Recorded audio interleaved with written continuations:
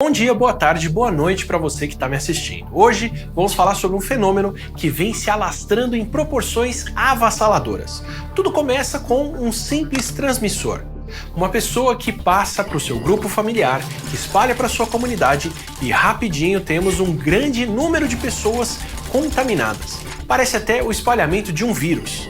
E na verdade, esse fenômeno é uma espécie de vírus. Eu estou falando das fake news em um processo eleitoral.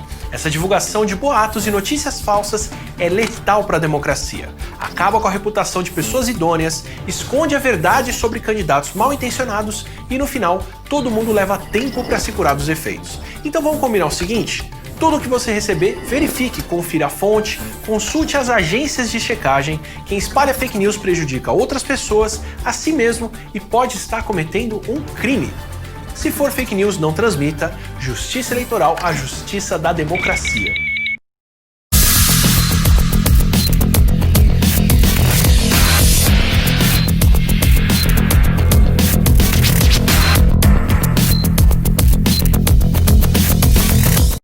No canal 10 e em todas as mídias sociais e no canal Acaba, onde esse programa também é transmitido. Muito obrigado pela sua audiência. Estamos mais uma vez juntos, esclarecendo os detalhes da política, né? O que é política na verdade, né? A gente já explicou aqui no programa anterior, né? O política com K, né? Vem lá da Grécia, então não é um modismo, esse tem um significado, né? Que nós já explicamos aqui juridicamente, o política com K, por isso que tem esse K é diferenciado.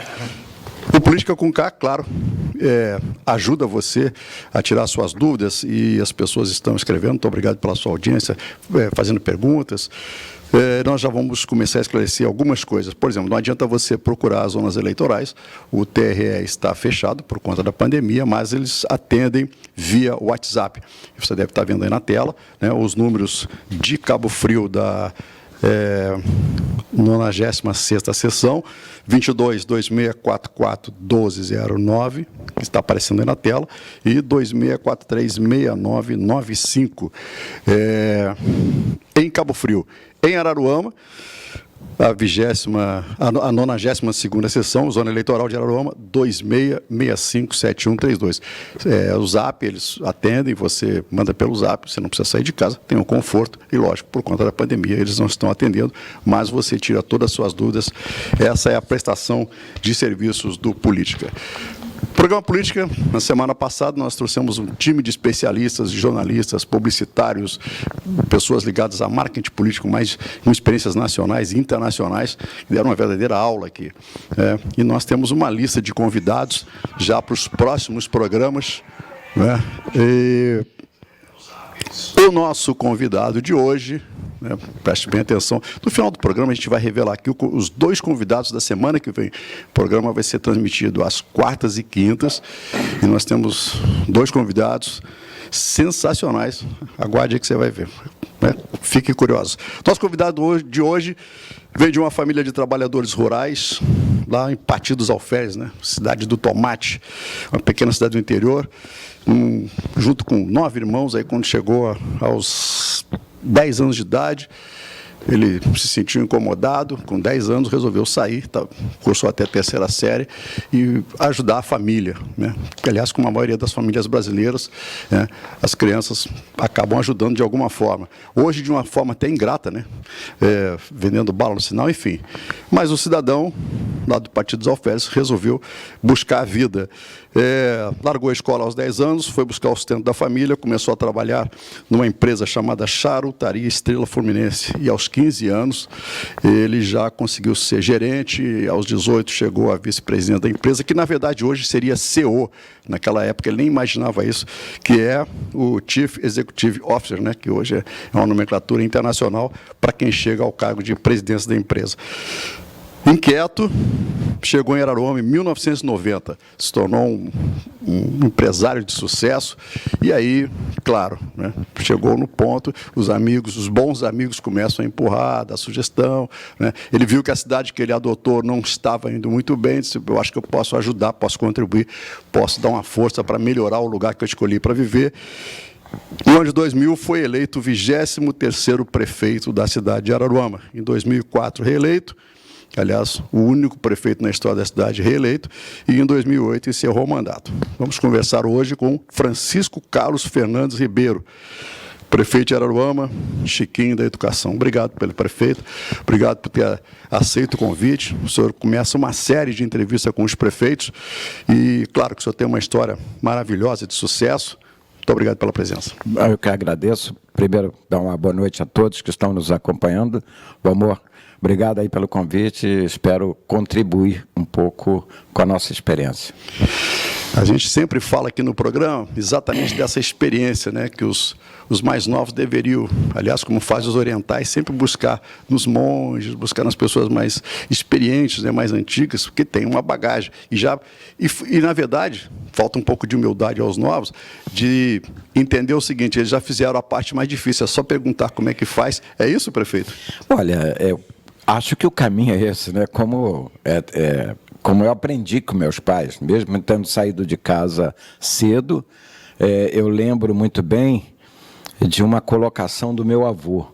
Quando eu disse para ele que eu queria sair de Patidalferes, que eu queria vir para o Rio de Janeiro e buscar uma vida, ajudar minha família, meu avô me deu uma medalha libra esterlina e falou assim, meu neto, não esqueça uma coisa, na dúvida, faça o óbvio. E aquilo eu comecei, mas na dúvida, faça o óbvio. Mas me explica aí, então, meu filho, se você imaginar que vai ter uma chuva muito violenta e você não tem a preocupação, não tem que ir, fique em casa, evite sair. E quando você tiver dúvida de como escreve uma palavra ou como deva se proceder em cada assunto, pergunte a quem sabe. Exatamente isso. É exatamente o que a gente sempre fala. Quando o senhor saiu, claro, né, chegou o que chama atenção, né, na biografia do prefeito de Araruama. Ex-prefeito. Mas nós aqui chamamos, quem é prefeito vai ser sempre prefeito, o senhor é conhecido como prefeito. Aliás, no segundo bloco a gente fala sobre isso, recebeu a medalha Tiradentes, ganhou um destaque por todo o trabalho que nós jornalistas somos. Pedro Ernesto também. Exatamente, a medalha Pedro Ernesto, enfim, tem uma série de condecorações. Quem visita a sala dele, assim, tem, né, falta parede de tanto homenagens e pelo trabalho que foi feito. Com 10 anos foi trabalhar, com 15 recebeu a oportunidade. Hoje ficaria difícil, porque seria, criança não pode trabalhar. Hoje é essas coisas, não é verdade? Que eu acho um grande equívoco, né? Dizer que a criança, ou uma pessoa com 14, 15 anos, não pode trabalhar. Deva trabalhar, haja vista quando, meu primeiro mandato, eu dei oportunidade para mais de 2 mil jovens nessa faixa de 14 aos 18 anos. Acho que tem que ser repensado nisso, porque senão eu não estaria onde eu estou, eu não teria ajudado a minha família, porque eu saí de casa aos 10 anos, fui para a empresa Charutaria Estrela Fluminense já com os 10 anos, conheci o meu patrão engraxando o sapato dele em Nova Iguaçu, perto da rodoviária, e aí ele me convidou para ir à empresa dele, porque eu disse para ele, eu engraxando o sapato dele, eu estava dizendo, eu vou ser o melhor comerciante desse país. Ele falou, meu filho, mas quantos anos você tem? 10. Como é que você sabe? Eu sei, eu tenho convicção. Eu quero ser um empresário, eu quero ser um comerciante, e eu vou ser o melhor comerciante desse país. E aí ele me pediu para ir até o escritório dele. E quando eu cheguei no escritório dele, ele estava com uma mesa cheia de vendedores, né? Ele é médico, mas dono da Charutaria Estrela Fluminense. Aí, quando abriu a porta, a menina me levou até a sala dele, uma sala comprida, com a mesa com mais de 8 vendedores. Aí ele falou assim para os vendedores, aquele menino lá que falou que vai ser o melhor comerciante desse país. E eu falei assim, o senhor ainda vai ser meu empregado. 8 anos depois, ele se tornou meu subalterno, porque eu cheguei à presidência. E ele passou a ser quase que meu empregado. Eu dei folga para ele, dei férias para ele. E assumi a empresa 8 anos depois. Mas trilhar esse caminho requer confiança. Se o senhor chegou à presidência é exatamente porque foi inspirando confiança. Agora, o que o torna vitorioso é o fato de o senhor, muita gente acontece, chega num determinado momento, não, eu já sou gerente, para mim tá bom, fica por isso mesmo. O senhor queria um pouquinho mais, foi indo até chegar a Aruama, enfim, né, a sua carreira, e aí chegou a prefeito, aí foi empresário de sucesso, com lojas e tal, e chegou a prefeito e sempre querendo um pouco mais. Não é o lance de ser ambicioso, mas é o lance de desejar dar um passo mais, é isso? Olha, eu sempre quis aprender mais, eu tenho sede de aprender, eu acho que a pessoa, quando dorme, ele tem que nascer, acordar, querendo descobrir novas coisas. Eu sempre fui muito audacioso, né? Desde garoto, desde pequenininho, eu sempre fui extremamente audacioso. E esse foi o caminho que eu vim trilhando. E também eu gostava de crescer, não era por mim, para mim, é para ajudar as pessoas. Eu estava até outro dia conversando com um amigo, quantas pessoas ao longo desses anos eu tirei da cadeia, eu fiz dele um empresário, eu dei oportunidades, então eu nasci para gerar oportunidades. Eu acho que essa é a minha vida, não tem paixão pelo dinheiro, vivo uma vida simples, meu carro é simples, é um Duster, nunca tive carrões, nunca tive mansões, então a minha vida é nesse tom e eu gosto de ver as coisas bonitas, eu sou extremamente detalhista e eu quero ver as pessoas crescendo comigo, porque se eu fico empacado, vai empacar algumas pessoas também. Então, sempre gostei da ousadia. Quando o senhor chegou a prefeito, no seu primeiro mandato, e eu sou testemunho, eu recebi um telefonema, e não foi a secretária que ligou, aliás, eu posso, com mais de 40 anos de jornalismo, foi o único prefeito que me ligou direto, né? Preciso que você dê uma chegada na minha cidade para ver o que eu estou fazendo em termos de oportunidade para as pessoas. Eu queria que o senhor dissesse agora, para relembrar a sua população, mas aquelas pessoas que não conhecem, o senhor me diz o seguinte: amor, a gente está dando oportunidade e eu não consigo dar emprego, a prefeitura não pode ser a maior empregadora, as pessoas têm que se virar, elas têm que se virar no bom sentido de ter oportunidade. O senhor criou, e nós visitamos várias casas em que vendia água, eu fui numa creche, queria que o senhor explicasse como é que foi esse projeto. Além desse, eu gostaria aliás, foi um projeto de sucesso. É pioneiro até hoje, é o projeto Minha Casa, Meu Trabalho. Por quê? Quando eu cheguei ao poder, Araruama, olha, estou falando isso em 2001, 1º de janeiro de 2001, Araruama tinha 21 secretarias, 680 cargos comissionados e quase 6 mil pessoas recebendo pela prefeitura. Eu falei, isso não existe, porque o que é, na minha visão, a prefeitura? Tem que ser sempre a maior empresa do local, daquele município, é a maior empresa para vender serviços, levar serviço à sociedade. Mas a maioria, 99% dos políticos, fazem dessa empresa de prestação de serviço, de saúde, de educação, de mobilidade urbana, fazem disso um cabide de emprego. E, naquela época, logo no meu primeiro dia de 2001, eu cortei para 12 secretarias e 680 cargos comissionados para 220. Foi aonde que geramos uma economia absurda e conseguimos fazer 44 escolas, conseguimos fazer praças, conseguimos fazer uma maternidade, enfim, mudamos a história de Araruama com essa ação. Mas é evidente que você, como homem público, você tem que ser um gerador de oportunidade. Essa é, para mim, a função, não na prefeitura. Na prefeitura tem que ter pessoas qualificadas, professores, profissionais de educação qualificados, na saúde, enfim, tem que ter técnicos, capacidade técnica para fazer gestão pública. E eu acabei com esse cabide de emprego. Né? E aí eu fiquei pensando, mas eu tenho que gerar emprego. No nosso programa de governo do primeiro mandato, a nossa ideia, como eu já sabia que eu ia derrubar a maioria das escolas velhas que tinham lá, porque nós não tínhamos escola, viu, professor? Nós não tínhamos. Na verdade, Valmor, nós tínhamos presídios educacionais. Todas as escolas de Araruama, quando eu assumi dia 1º de janeiro, era com telha de amianto, aquela fininha, 6 milímetros, e nenhuma escola, absolutamente nenhuma escola, tinha janela. Era com aqueles tijolos cobogóis. E eu tinha convicção que eu ia derrubar aquilo, ia fazer novas escolas, como fizemos, 44 escolas.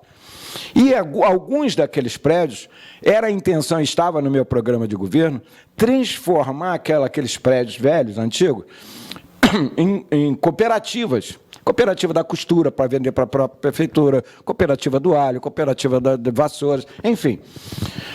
E aí eu acabei não conseguindo. Levei 2 anos tentando fazer isso para gerar oportunidade, eu não consegui Eu não consegui montar uma cooperativa, porque as pessoas, não quero ser dono, não. Quero ser empregado da prefeitura. As pessoas falavam assim para mim. Falei assim, não, você não vai ser mesmo. Aí eu criei, eu falei, bom, já que a pessoa não quer trabalhar em grupo, eu vou ter que buscar um outro caminho.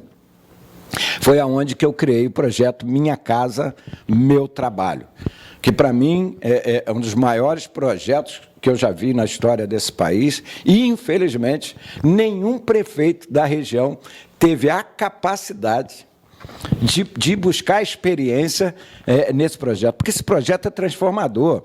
Nós abrimos casa-restaurante, casa-creche, casa-explicadora, casa digital, casa idoso. Eu vou dar uma explicação rápida. Por exemplo, você imagina uma boa cozinheira, nós almoçamos no restaurante pois é, desse você lá. almoçou não.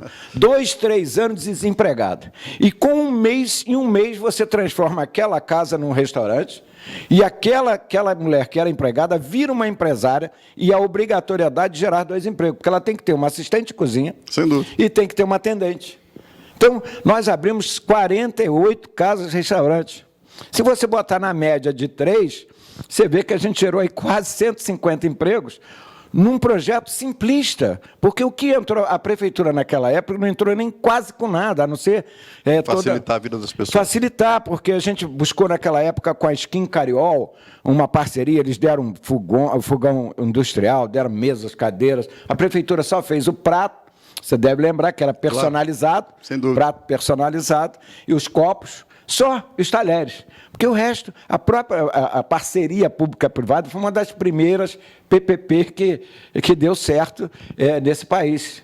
E que a gente aí estendemos isso para a casa-creche, onde a gente encontrava uma professora desempregada, transformava aquela casa dela numa creche oficial para 10 crianças naquela época. E olha a importância, a diferença, porque quando você tem uma creche convencional, a mãe tem que pegar um ônibus ou carro para levar a criança lá naquela creche, porque a creche está lá onde tinha espaço público para fazer uma creche. A casa-creche não, a gente levava para demanda. Onde tem a demanda? No 15 de novembro tem demanda de 20 crianças. Nós procuraríamos, sempre procurava naquele bairro 2 professoras e 2 casas-creche atendia aquelas 20 crianças na demanda, dentro do próprio bairro. Isso, na verdade, o prefeito, era mais já vinha isso na sua história, era um olhar muito mais técnico de gerenciamento, na verdade, da coisa pública, né? Com certeza absoluta. E olha, eu quero dizer a vantagem, a creche convencional, além de não estar aonde está a demanda, ela está aonde tem espaço público, a creche convencional, mas a casa-creche, ela tem a outra vantagem, porque a mãe ter a tolerância até as 20 horas para pegar as crianças. Na creche convencional tem que pegar às 5 horas. E a mãe que trabalha até às 7? E a mãe que trabalha até às 7h30, até às 6h30? Então, a casa-creche, para mim, foi um dos grandes projetos. Abri 100 casas-creche. Naquela época, nós atendemos 1.000 crianças. Para um município que basicamente não tinha creche.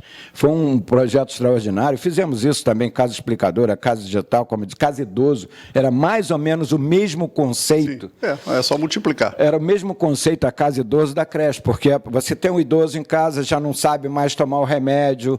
Então, a gente colocava 6 leitos na casa dessa enfermeira, a gente pegava uma enfermeira desempregada, transformava a casa dela num centro-dia. Aí você passava de manhã, deixava o seu idoso lá, e à noite, quando você viesse da sua empresa, ou o filho, ou uma filha, ou o genro, pegava o idoso e levava para casa, já com banho tomado, com janta. Quer dizer, projetos simplistas demais e que gera trabalho e renda.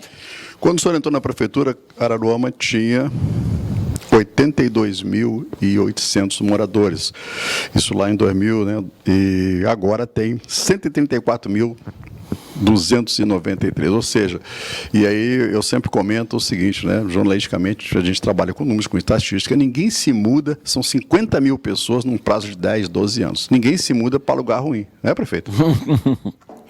Não existe isso, né? Falo só em filme, né? Para lugar nenhum, só em filme. Eu vou lá que lá a cidade é ruim, eu vou para lá. Foi a transformação que a nossa gestão promoveu em Araruama. Araruama não tinha um espaço público cultural, você não tinha um espaço público de lazer, você não tinha absolutamente nada. Fizemos, naquela época, em 2003, eu inaugurei talvez até hoje, a maior praça pública do estado do Rio de Janeiro, do interior do estado do Rio de Janeiro. Eu não conheço outra cidade que tenha uma praça pública com teatro, com piscina aquecida para a terceira idade, com food truck, enfim, com 105 mil metros quadrados. É uma das maiores praças públicas desse país. E que lá dentro, hoje, só para você ter uma noção, a praça é pública, mas nós fizemos ali ela se tornar um grande negócio gerador de trabalho. Hoje trabalham em empresas privadas dentro dessa praça 226 pessoas, fora os servidores. Isso é uma PPP. Porra. Claro, isso que se chama-se oportunidade. Antes era uma praça que ninguém entrava, era um espaço, não era praça, era um espaço que ninguém entrava, a não ser para fumar maconha ou fazer sexo. Você chegava debaixo daquela árvore onde nós projetamos um grande restaurante, o Gugu da Praça, ali você pegava milhares de camisinhas. Então só servia para isso, que nenhuma família ia no lugar porque era escura. Hoje é uma praça bonita, com chafariz, com cascata artificial, com teatro, com tudo. É uma praça que é hoje... a atual prefeita fez, inclusive, agora mais um ponto turístico lá dentro, que fez dois grandes pontos importantes. Fez uma casa do Papai Noel, que é um dos lugares mais visitados hoje na cidade, e acabou de inaugurar um centro de convenções dentro dessa praça, para 1.000 pessoas, e ainda reversível para teatro. Prefeito, nós... Claro, todo jornalista tem um levantamento e o prefeito tinha um sonho de trazer essa experiência, levar essa experiência toda de sucesso e ganhou medalhas, enfim, chamou a atenção de prefeitos do Brasil inteiro sobre essas atitudes. E o senhor tentou ir para Búzios, disse assim, Búzios na verdade é um grande condomínio, porque só tem uma entrada, eu posso fazer isso, mas também, lógico, a gente tem informação privilegiada, a gente sabe que o senhor tem esse desejo de fazer isso em Cabo Frio também, porque é uma cidade com 230 mil habitantes, né, tem uma renda de royalties. Ainda existe esse projeto do senhor levar isso para outras cidades? Meu projeto, meu sonho era ver isso, esses projetos que nós colocamos em prática, ver isso se espalhar pelo Brasil inteiro. Você imagina se cada município, você pensa se cada município do Brasil abrir, vamos botar 10 casas, restaurantes, nós estamos falando de 5.570 municípios. Ver quantos 1.000 empregos vai gerar com uma tacada, coisa simples. Eu não estou falando de 10, nós abrimos 48. Cabo Frio cabe no mínimo 50 casas, restaurantes. Então, se você falar, quando eu falo 3, não é verdade, porque tinha casa-restaurante lá, se você acha que nós fomos naquela da Fazendinha, lá tem 7 funcionários. Estou falando 3 para não exagerar na dose, para não exagerar na dose, mas a casa-restaurante não dá menos que 4 pessoas trabalhando. Isso é transformador. Aí as pessoas ficam querendo inventar, não, minha cidade tem que ter um parque industrial. A praça do centro de Araruama gera mais emprego que qualquer indústria hoje dentro de Araruama. E não é poluente. Pois não é poluente. Então, tem coisas mais simples que você consegue gerar oportunidade. Isso a gente quis, mas a questão de Búzios não foi essa, não. Eu não tenho muita paciência com político. Eu sempre afirmei, a única certeza que eu tenho na vida é que 90% dos políticos são altamente corruptos. Se você pegar meu discurso de 50 anos atrás, quando eu era garoto, com 12, eu já falava isso. E essa é uma certeza que eu tenho. Não só corrupto porque usa do dinheiro público para se locupetrar, mas também ele é corrupto porque vende sonhos. Ele vende sonhos quando a pessoa vota num prefeito, num governador, está vendendo sonho. Olha o que fez o governador Wilson Witzel. Vendeu o sonho de um juiz, de um cara ético, de um cara que ia combater a corrupção, e olha o que está acontecendo. Né? Pois é, isso é corrupção, além do que está acontecendo. Sim. Você está roubando o sonho das pessoas que votou. Eu votei nele, eu trabalhei para ele, porque eu acreditei. Você acreditou. Então, eu quero só te contar, quando eu pensei em Búzios, como eu não tenho paciência com grupo político, com classe política, eu falei, só tenho uma chance de ser governador, que esse é meu grande sonho. Eu ir para Búzios, ser prefeito de Búzios, eu vou se tornar uma autoridade nacional, porque tem visibilidade internacional. Búzios é a 5ª cidade que mais recebe turista internacional do Brasil. Não sei se você tem essa informação, mas ainda é a 5ª cidade que mais, no quantitativo. Se você trouxer para o qualitativo e por metro quadrado, é a primeiríssima. Ela é quinta em quantitativo. Né? Quando em 2010 eu fiz o levantamento de Búzios, Búzios tinha 11.800 leitos em hotéis e pousadas. Aí eu fui pesquisar Búzios, o que tinha Búzios, quais são os equipamentos públicos que tem na segunda mais rica cidade, prefeitura da região dos Lagos. Não tinha um teatro, não tinha um grande centro cultural, não tem uma praça ao nível de grandes você vai a Nova York, você vai a Paris, o que se vê é espaço público que se tornam centro de visitações. Falei, pô, se eu chegar ali, eu mudo Búzios, porque o que acontece? Naquela época, que eu fui para Búzios em 2010, Araruama tinha R$ 1.740 para gastar com habitante ano. Naquela época, Búzios tinha a prefeitura, estou falando, R$ 9.000 para gastar com cada habitante ano. Transformava rápido. Mas, gente, não dá para entender. Búzios teria que ter o teatro mais moderno, mais bonito do interior do estado. Sem dúvida. Pela importância, né? Pela importância no contexto turístico que ela representa. Então, é essa questão que eu acho que tem que ser mais discutida. Eu estava assistindo um programa passado, belíssimo programa. O grande problema é que o político ele já começa errado quando ele se projeta a ser candidato. O que ele quer? Ele procura logo um marqueteiro para tentar desfazer a imagem do seu oponente, ao invés de contratar pessoas técnicas para construir uma boa imagem e construir uma grande plataforma de proposta de governo. Foi o que eu sempre fiz. Eu nunca fui candidato sem apresentar um plano de governo. Você pode entrar no TRE de 2000, na minha primeira campanha vitoriosa, na de 2004, entra na da minha esposa de 2016 e entra agora, 2020, você vai ver que está lá, contextualizado com todos os pontos, está lá o programa de governo da pré-candidata Lívia de Chiquim. Isso é responsabilidade, a gente não vê isso. Você vê o cara contratando um marqueteiro para desmoronar, falar mal do adversário, para ele achar que com isso ele vai crescer. Perfeito. Quando o senhor diz que não tem muita paciência para grupos políticos, e a gente tem alguns exemplos, né, de políticos que entram num partido, aliás, o Brasil tem mais de 32 partidos registrados. Que já é outro absurdo. O que dificilmente pode dar certo. Quando o senhor... E nós temos políticos que entraram aqui na região, né, o próprio PDT é um exemplo de pessoas que entraram, estão 30 anos dentro do partido. E o senhor passou por uns 10, 15 partidos. Por que essa mudança de toda hora? Primeiro que o senhor é cobiçado por vários partidos, né? A gente, o jornalista acompanha isso. E aí o senhor não fica muito tempo. O que acontece? Não. Eu entrei no PDT, fui eleito pelo PDT. Sim, pelo PDT. Aí, na minha reeleição, os canalhas, os grandes corruptos, que é 90%, já sabia do meu projeto, que era vir a governador em 2006, aí juntou seu Garotinho, Paulo Melo, porque eu dou nome, eu cito nomes, o Sérgio Cabral, senador, tudo para me destruir. Desmobilizar. E compraram todos os partidos, inclusive o PDT. O Carlos Lupe se vendeu para o Sérgio Cabral na época, e eu tive que sair do meu partido, arrumar um partido em cima da hora para a reeleição. Faltava menos de 20 dias para a data de filiação, que foi, inclusive, o Conte Bittencourt, que foi o único que não se rendeu a essa classe política. Eles foram em cima do Conte também, inclusive o Pisciani. Todos esses que estão presos foram em cima, compraram todos os partidos, só não conseguiram comprar o PPS, e o Conte falou, não, prefeito, eu garanto o PPS, você vai ser reeleito pelo PPS, e fomos reeleitos com um partido, eu estava no poder. Você imagina, então, minha relação com política... Por conta de um trabalho realizado, né? Sim. Se o senhor não tivesse o trabalho realizado... O melhor marqueteiro chama-se legado. Esse é o melhor marqueteiro que existe.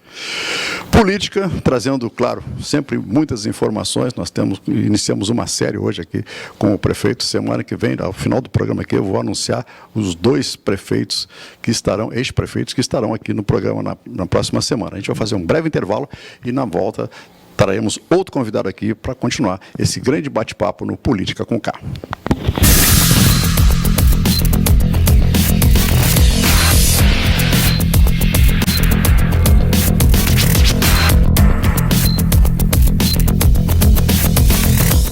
Bom dia, boa tarde, boa noite para você que está me assistindo. Hoje vamos falar sobre um fenômeno que vem se alastrando em proporções avassaladoras. Tudo começa com um simples transmissor. Uma pessoa que passa para o seu grupo familiar, que espalha para sua comunidade e rapidinho temos um grande número de pessoas contaminadas. Parece até o espalhamento de um vírus. E na verdade, esse fenômeno é uma espécie de vírus. Eu estou falando das fake news em um processo eleitoral. Essa divulgação de boatos e notícias falsas é letal para a democracia. Acaba com a reputação de pessoas idôneas, esconde a verdade sobre candidatos mal intencionados e no final todo mundo leva tempo para se curar dos efeitos. Então vamos combinar o seguinte? Tudo que você receber, verifique, confira a fonte, consulte as agências de checagem. Quem espalha fake news prejudica outras pessoas, a si mesmo e pode estar cometendo um crime. Se for fake news, não transmita. Justiça eleitoral, a justiça da democracia.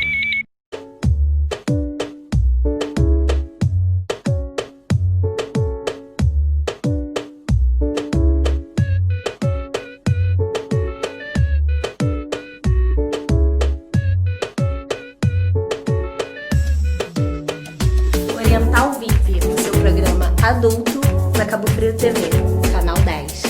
Vem?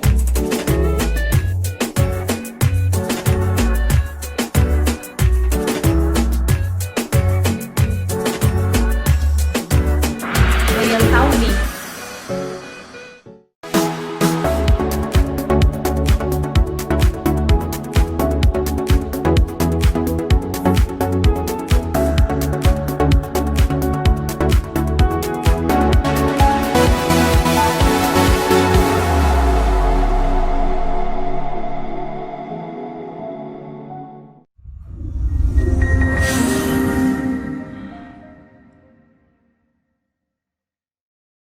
Nosso Restaurante. Todo dia um prato diferente. Almoço de segunda a sábado, das 11h30 às 16 horas. Sirva-se à vontade com direito a 2 pedaços de carne. Quentinha com entrega grátis. Ligue e peça 998546590. Nosso Restaurante. Todo dia um prato diferente. Diversos tipos de salada e pratos quentes. Avenida Júlia Kubitschek 39, próximo à Unimed de Cabo Frio. Nosso Restaurante, 998546590. Olá, galera maravilhinda! Trago novidades. A partir de amanhã, o programa 15 Minutos com Júlia Costa também vai ser transmitido pelo canal 10, Cabo Frio TV, e simultaneamente nas nossas redes sociais, Equipe 15 Minutos e Canal 10 Cabo Frio TV. Aguardo você por lá, hein? Jornalismo independente de verdade.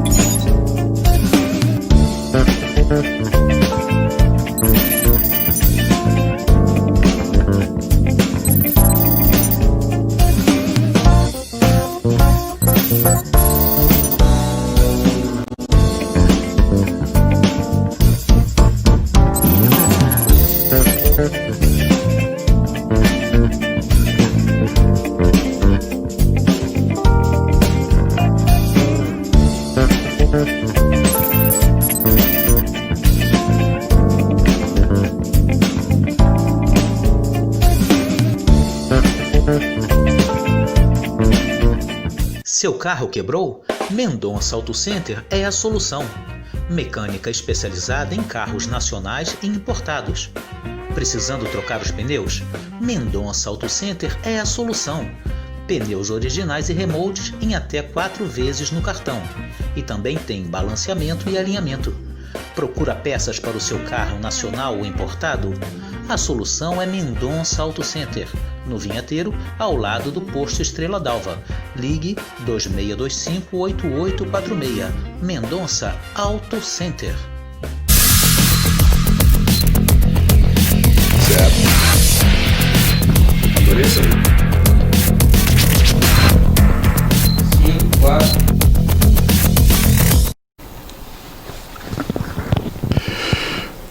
Olá, Política com K de volta aqui no Canal 10, em todas as mídias sociais e nos canais Acaba, onde esse programa também é transmitido. Estamos no programa de hoje conversando com algumas pessoas com muita experiência, aliás, como todos os nossos convidados. E agora nós temos um convidado aqui muito especial também, publicitário, carioca, com 10 anos no mercado financeiro, passou por diretoria de marketing das grandes empresas financeiras, depois veio para a região dos Lagos, foi diretor de rádio, jornal, TV, fundou a TV Búzios, a Rádio Búzios, que foi revolucionária, com um olhar de marketing totalmente diferenciado, virou uma referência.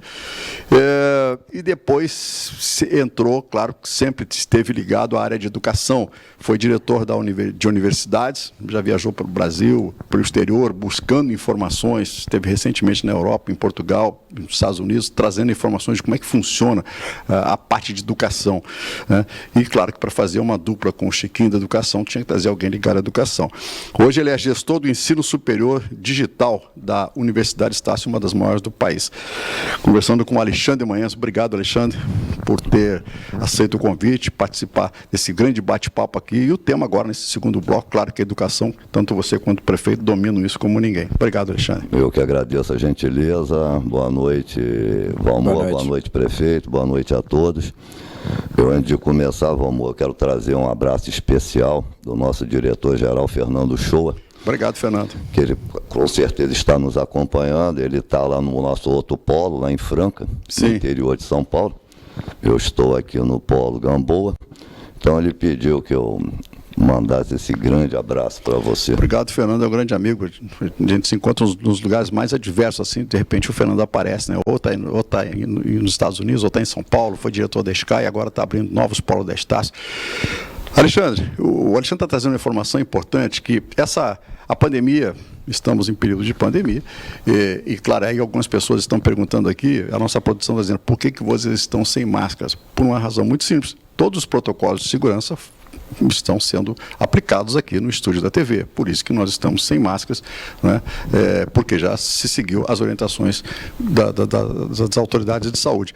O Alexandre está trazendo informação, porque agora que você está em pandemia, né, e eu ainda continuo sendo estudante, prefeito, eu sou aluno do Instituto Federal Fluminense, né, e antes de vir para cá eu estava numa aula online, e as aulas agora são em casa. E tem dois aspectos. Primeiro, ensino à distância não é novidade não, se você acha que começou, não é novidade. O prefeito aqui já tinha esse negócio em mente, estou falando desse negócio que ele fala assim, esse negócio tem que funcionar. E nós, jornalistas, acompanhamos isso, ele foi lá para o meio do mato, literalmente Araruama, montar lá um ensino à distância. Alexandre, ensino à distância não é novidade? Não, na realidade, o primeiro registro que se tem do ensino à distância é dos anos de 1750, tá? Assim, o primeiro registro, assim, começou no papel, no jornal. Eu vou fazer um caminho rápido, né, para não ser muito prolixo. Nos anos de 1900, ele teve um outro salto, foi para as rádios, principalmente durante as duas grandes guerras, como ferramenta de educação. É verdade. Já nos anos 50, 60, já teve o segundo salto, foi para a televisão, onde vocês devem lembrar bem o Telecurso Segundo Grau, que foi um sucesso também. E o Mobral também era para o rádio, né? Não, isso que eu estou te falando. O ensino à distância, ele foi fazendo esse caminho e sempre trilhando alguma coisa da tecnologia. Nos anos 90, com a chegada definitiva dos computadores, começou a ter uma forma mais assim concreta. E nos anos 2000, com a chegada do celular, conseguiu finalmente atingir as duas pontas, né? Sim. Porque hoje você facilitou a vida das pessoas. Porque você hoje tem registrado no Brasil mais equipamentos de telefonia celular que habitantes, né? Sem dúvida, sem dúvida. Ou seja, o ensino à distância, ele hoje demandava essa tecnologia, né? O acesso. Então, exatamente isso. Essa história é extremamente interessante. Então você vê assim, não, agora posso fazer isso, não é novidade. E aí, prefeito, quando nós estávamos lá, quer dizer, como jornalista, como toda a imprensa, né, eu não fui exclusivo, né, teve uma imprensa toda, o prefeito dizia o seguinte: aqui eu vou botar uma antena, eu vou falar com a Embratel, eu vou dar um jeito, eu vou dar um jeito de fazer essas pessoas daqui que não têm acesso, que é o que o Alexandre está falando aqui, é de botar uma antena para as pessoas, e trouxe um computador para as pessoas terem acesso. Foi esse o caminho, prefeito? Foi. Vou até lembrar, isso foi em 2001, logo no meu primeiro ano de governo. Falei, não, lá na área rural, porque Araruama tem 638 quilômetros quadrados.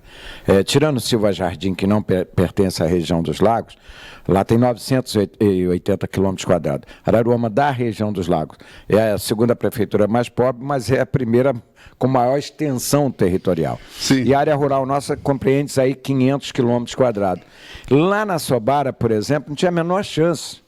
Quase 50 quilômetros do centro de Araruama até a Sobara. Lá dentro a Sobara fica mais perto de Casimiro de Abreu Sim. do que de Araruama. Então, nós, naquela época, compramos vários links da Embratel, pegamos 5 escolas da área rural e colocamos naquela, pagava acho que R$ 2.800 por mês a Embratel para botar um link da Embratel para ter internet lá dentro da área rural. Então, nós fizemos isso em todas as escolas da área rural já em 2001. E depois criamos o laboratório de informática, até em 2002, já todas as escolas já tinham um pavilhão de saber, que era metade uma biblioteca e outra metade era uma sala de informática. E com um detalhe importante, aos finais de semana, as famílias podiam ocupar o espaço, sim, né? Sim, todos. Sempre foi essa a proposta, e além de ter colocado nas praças públicas 24 horas. Tá? Na praça pública a gente fez o pavilhão de saber, eu fiz na Praia do Barbudo, fiz na Praça São Vicente e também nessa grandiosa praça Antônio Raposo, nós fizemos 24 horas, porque o estudante chegava da faculdade 11 horas, meia-noite, ele podia ir lá, fazer a sua pesquisa, tinha impressora, papel. Então, a gente deu toda essa possibilidade, e era 24 horas. Eu vou ter que ter guarda lá para tomar conta da praça. O que a gente fez? Capacitamos os guardas para ser bibliotecário digital e colocamos ele tomava conta da praça e ainda assistir aquele projeto maravilhoso que era... A nossa produção está passando aqui, claro, agradecemos a sua audiência e os seus comentários, muitos comentários, prefeito, com muitas dúvidas, Alexandre, já vou passar para você aqui. Então, não tem, aliás, todas as suas perguntas, seus questionamentos, nós vamos passar depois, a produção vai passar para a assessoria do prefeito, do ex-prefeito, como ele fala, mas a gente aqui sempre chama de prefeito, né, porque é um cargo conquistado e está na história da cidade, está na história do Brasil. Vai passar para a produção, tanto do prefeito quanto do Alexandre. Mas a gente está recebendo aqui, prefeito, seu legado gerou grandes frutos para a nossa cidade, o seu trabalho colocou a nossa cidade num lugar que deveria estar, né, num cenário nacional, até porque o senhor ganhou prêmios, etc. Tal. Alexandre, o prefeito está dizendo aqui, a gente precisou comprar sinal da Embratel, precisou deixar 24 horas. Hoje facilitou muito, né? Porque no Polo Gamboa, como é que funciona isso? Para as pessoas perguntar, para tirar essa dúvida. Me desculpe, perdão. Como é que funciona o ensino à distância? O certificado é o mesmo, você pode ir lá no laboratório, que hoje você tem tudo lá. Perfeitamente. Bom, hoje, definitivamente, a entrega acadêmica é a mesma do presencial. Tanto é verdade que o diploma é o mesmo.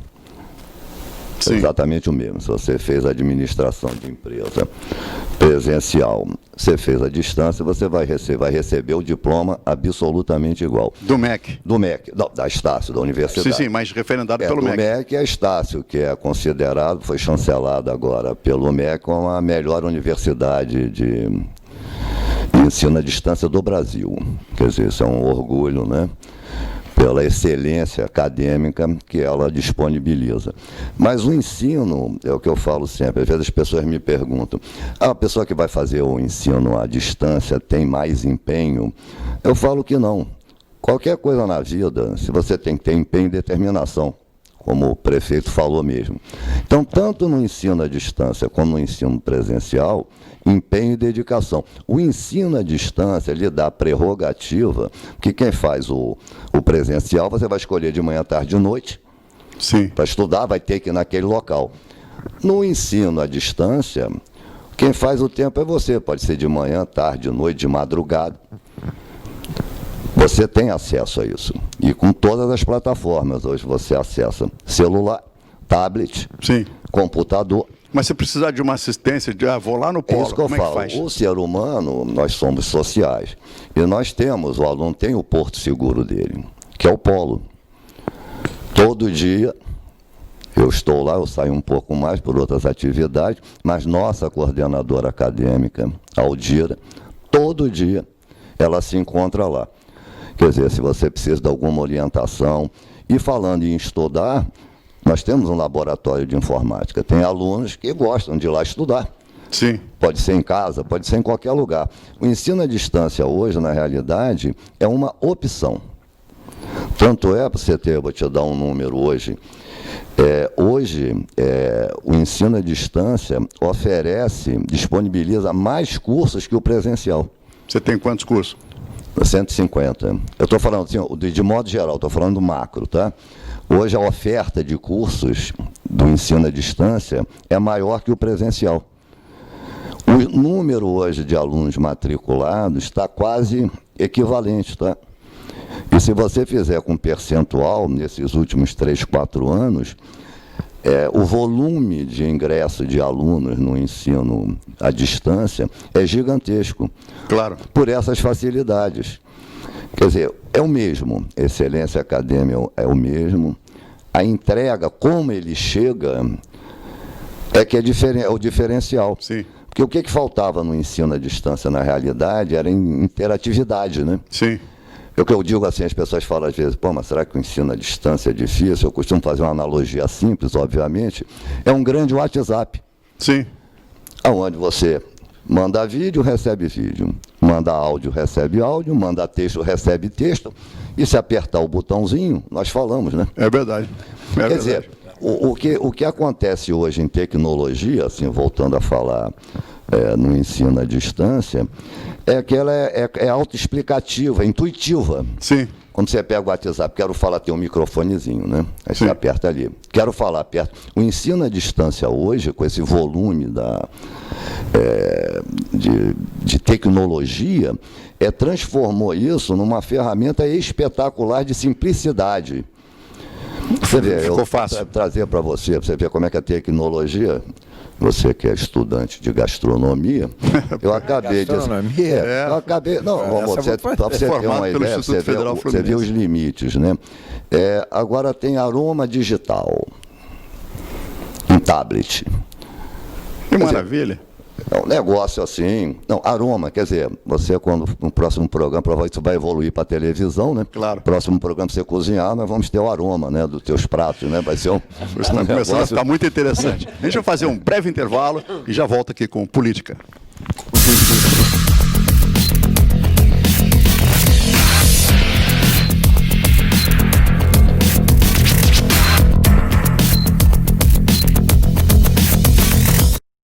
Bom dia, boa tarde, boa noite para você que está me assistindo. Hoje vamos falar sobre um fenômeno que vem se alastrando em proporções avassaladoras. Tudo começa com um simples transmissor. Uma pessoa que passa para o seu grupo familiar, que espalha para sua comunidade e rapidinho temos um grande número de pessoas contaminadas. Parece até o espalhamento de um vírus. E na verdade, esse fenômeno é uma espécie de vírus. Eu estou falando das fake news em um processo eleitoral. Essa divulgação de boatos e notícias falsas é letal para a democracia. Acaba com a reputação de pessoas idôneas, esconde a verdade sobre candidatos mal intencionados e no final todo mundo leva tempo para se curar dos efeitos. Então vamos combinar o seguinte? Tudo que você receber, verifique, confira a fonte, consulte as agências de checagem. Quem espalha fake news prejudica outras pessoas, a si mesmo e pode estar cometendo um crime. Se for fake news...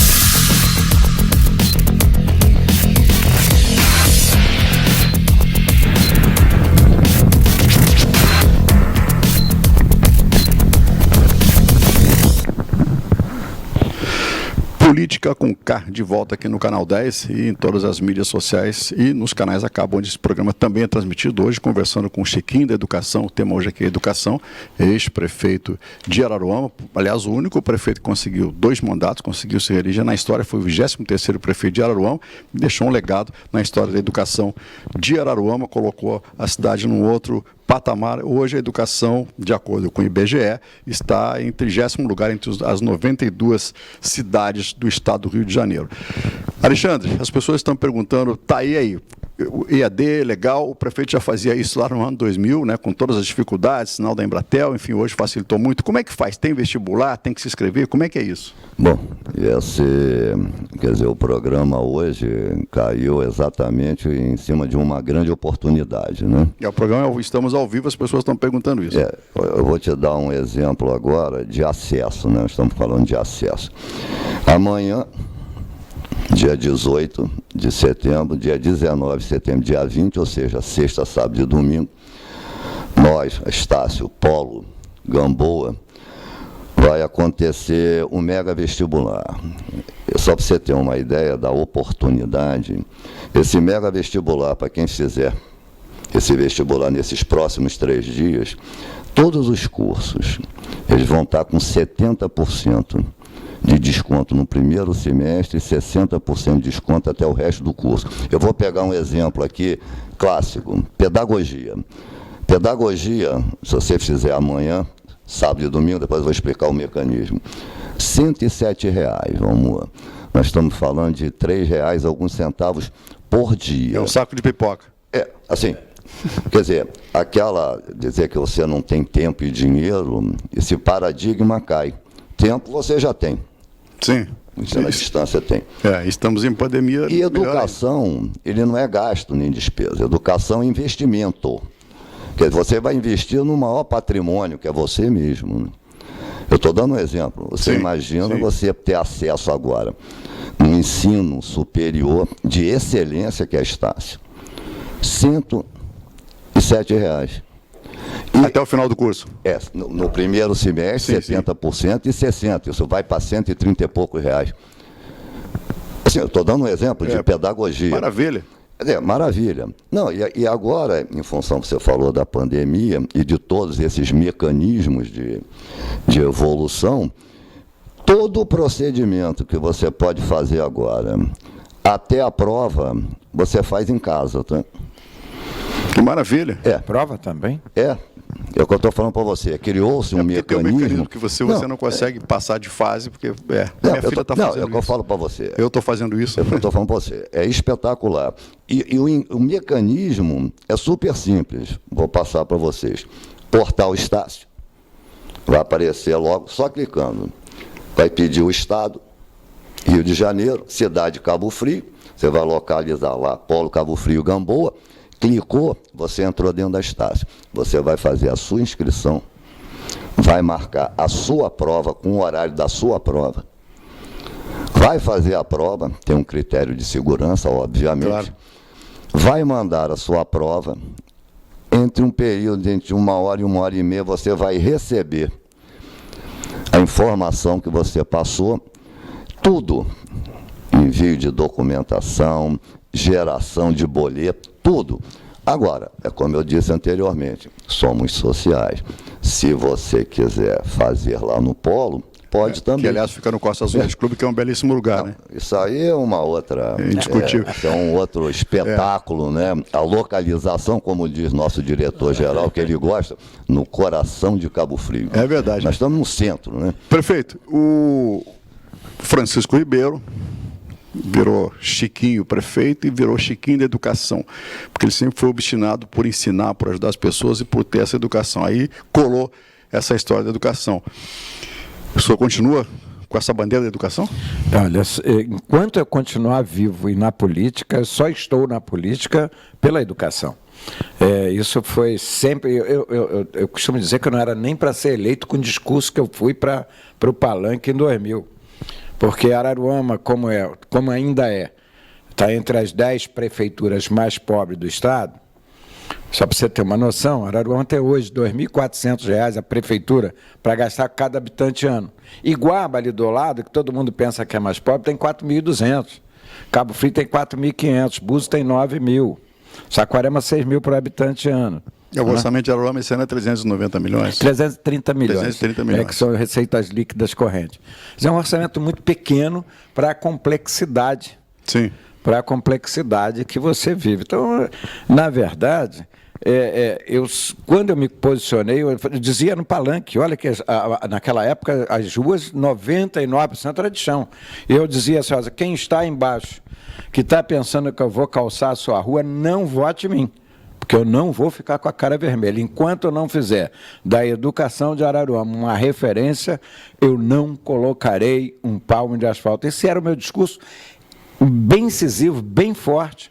Porque eu dizia, olha, embaixo, às vezes tinha mais de 10, 5 mil pessoas, milhares de pessoas estão aí, não estão desempregadas, não. Estão fora do mercado de trabalho. Por falta de conhecimento. De qualificação. Exatamente. Porque você fala, procura hoje um garçom, quero um garçom com bem capacitado. Você não tem, porque esse país não oferece oportunidade. Sem Aqui dúvida. pensa primeiro na faculdade, antes de se pensar em formar um profissional. Pô, curso técnico, esse tem que ser mais contundente. E esse sempre foi a minha perseguição, porque meu sonho, quando garoto, minha família é pobre, meu pai ganhava um salário mínimo com 10 filhos, não podia pagar estudo para todo mundo, nem podia para ninguém, né? Então, meu sonho era ser advogado, e eu via que eu não ia chegar nunca. Por isso que eu saí de casa, não, vou trabalhar para poder ajudar meus irmãos. Não, então, mas aí depois que Deus me deu essa oportunidade, que eu acho que Ele me deu muito mais até do que eu merecia, porque para chegar gerente de uma empresa na Baixada Fluminense, Rio de Janeiro, Charutaria Estrela Fluminense, depois chegar ao cargo máximo na empresa com 18 anos, Ele me deu muito mais. Né? Por isso que eu falei, não é possível, eu tenho que fazer algo pela educação, e já quando eu assumi a presidência, eu já falei, um dia eu serei um político para dar para os outros Chiquinhos o que o Chiquinho aqui não teve a oportunidade de se formar naquela época. E continua com essa bandeira? Sempre, não abandono nunca. Eu lembro que quando eu levei o sobrenome meu apelido político era Chiquinho do Atacadão.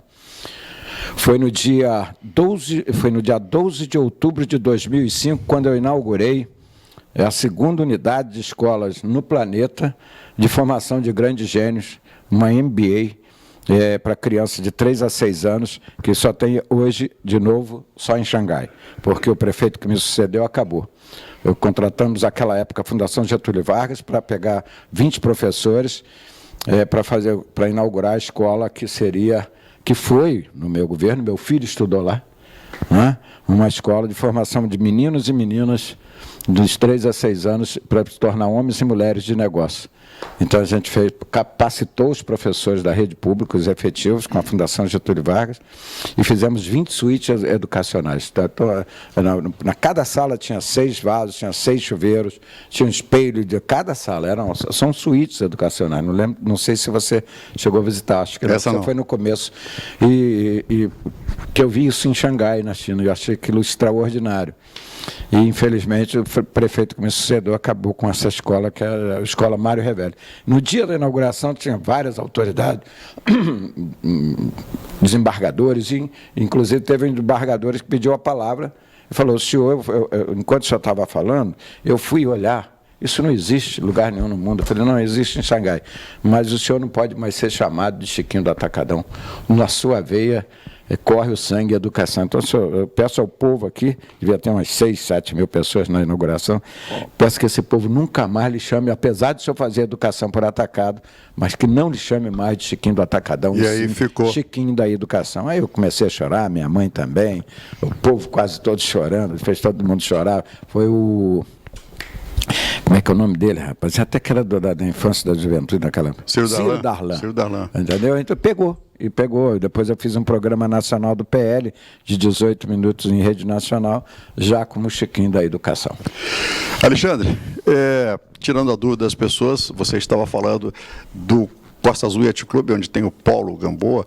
E aí, o Costa Azul é um clube que tem 56 anos, é um projeto arquitetônico da família Menescal, um projeto tombado, porque é da época modernista dos anos 60, né? E o projeto está lá.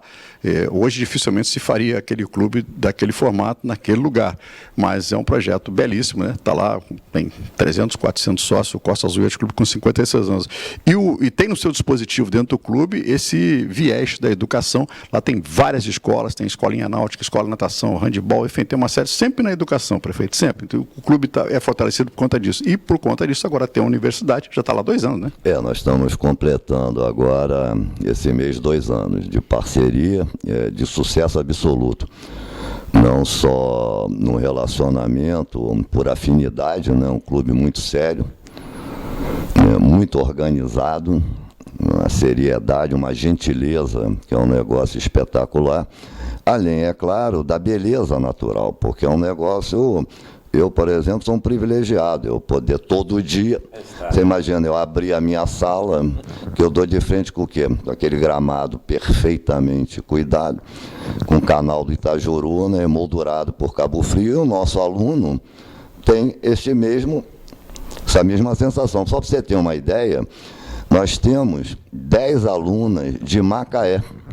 E o clube tem, inclusive, uma hotelaria que pode se hospedar lá, pode fazer a sua prova, dormir lá, pode usar. Não, né? Você vê a facilidade. Essas alunas vêm de Macaé, que elas vêm no período de prova, depois almoçam no clube, sem dúvida, depois vão passear e voltam para Macaé. Quer dizer, você conseguir aliar uma excelência acadêmica com ambiente organizado e muito bonito, é muito agradável. Sim, sem dúvida, facilita, né? É que nem eu falei, você vê, o nosso aluno ali tem o quê? Disponibilidade. Um laboratório de informática, auditório. Inclusive a parte de acessibilidade, né? Os banheiros, tudo cumprindo as normas da... Eu sou suspeito, eu trabalho com isso há muitos anos, eu não conheço um outro polo com essa característica de paisagismo. Assim, que é mais ou menos a qualidade que o prefeito deu lá. É o que eu estou falando, assim, é um negócio, eu estava prestando atenção, o cuidado. Né? Isso. Cuidado, com a educação, o cuidado. Eu estou falando, então caiu como uma luva essa parceria no Costa Azul, entendeu? É um lugar belíssimo, no centro de Cabo Frio. Quer dizer, é 100% digital, nós temos condição de fazer um atendimento personalizado, que nem eu falei, nossa coordenadora acadêmica. Todo dia se encontra lá. É isso. Qualquer dúvida que tenha, vai dirimir alguma coisa, ainda ficou alguma coisa, ou pelo WhatsApp, ou pelo computador, ou pessoalmente.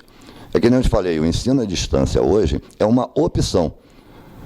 Maravilha. Não tem nada de diferente, assim, vamos dizer, de condição acadêmica do presencial. Nada. É uma tranquilidade, quer dizer, é uma prerrogativa da pessoa fazer isso. Prefeito, estamos chegando aqui nos minutos finais. Muito obrigado pela sua audiência. Claro, todas as perguntas e dúvidas, né, já foram passadas da produção aqui do Canal 10, do nosso programa Política, para a produção e assessoria do prefeito, da Universidade Estácio, do Paulo Gamboa. Uma última pergunta. Alexandre, queria que você, em 1 minuto, repetisse a história do vestibular, como é que faz para se inscrever para esse vestibular, desse mega vestibular final de semana? Mais uma vez, obrigado pela gentileza, prazer em conhecê-lo, foi uma satisfação enorme. Tranquilo. Digitou Portal Estácio.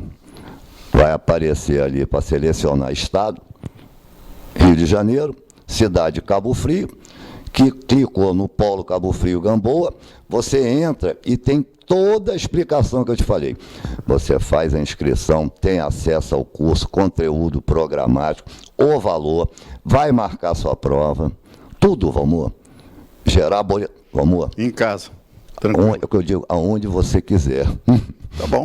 É o que eu digo, tranquilo. E vou dizer, é só essa oportunidade dos 70% e 60% é agora para amanhã, 18, 19 e 20 de setembro de 2020. Não perca essa oportunidade. Eu estou falando para você, vamos, se alguém está querendo ingressar no ensino superior de excelência, eu posso dizer para você, aproveita. A hora é essa.